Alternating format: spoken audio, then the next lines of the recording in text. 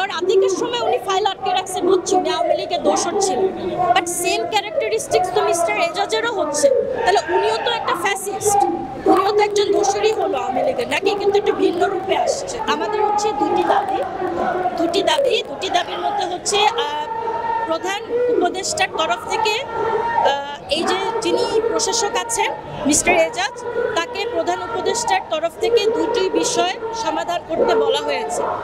একটা হচ্ছে বস্তি পুনর্বাসন একটি প্রকল্প, যেটাকে ভাষান্টেক প্রকল্প বলে মিরপুরে, সেই প্রকল্পটি সরকারের কোনো বিনিয়োগ ছাড়াই এই প্রকল্পটি করা সম্ভব।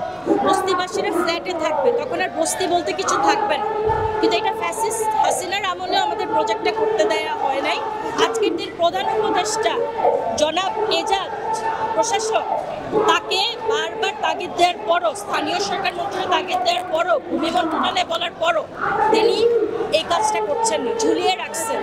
অথচ এটা একটা সিম্পল কাজ, ওনার তো টাকা লাগতেছে না, আমরা আমাদের টাকায় করতেছি, আমরা ব্যাংক লোনও নিচ্ছি না। এটা আমাদের একটা দাবি যে এই পুনর্বাসন প্রকল্পটি তারা যাতে ইমিডিয়েটলি যাতে চালু করে। নাম্বার 2 হচ্ছে আমরা শহীদ মুক্তিযোদ্ধা পরিবার হিসেবে আমাদের একটি সম্পদ ঢাকা উত্তর সিটি কর্পোরেশন বেআইনিভাবে জবরদখল করে রেখেছে, একেবারে বেআইনি যাবত, সেই 71 থেকে চলে আসতেছে যুদ্ধ। আমরা দাদা তো শহীদ হয়ে গেল ঠিকই, কিন্তু আমাদের কি হলো, আমাদের প্রপার্টিটা নতুন রাষ্ট্র নিয়ে গেল, জবরদখল করলো। এটা নিয়ে মামলা করতে করতে এখন সর্বোচ্চ আদালত আমাদের পক্ষে রায় দিয়েছে যে ঢাকা নর্থ সিটি কর্পোরেশন যাতে 2 মাসের মধ্যে এই মুক্তিযোদ্ধা পরিবারকে যাতে তারা ক্ষতিপূরণ দেয়।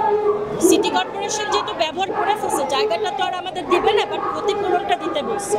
এই ক্ষতিপূরণ 71 সাল থেকে নিতে জানেন আপনারা আজকে 5,000 কোটি টাকা, 5,000 কোটি টাকা।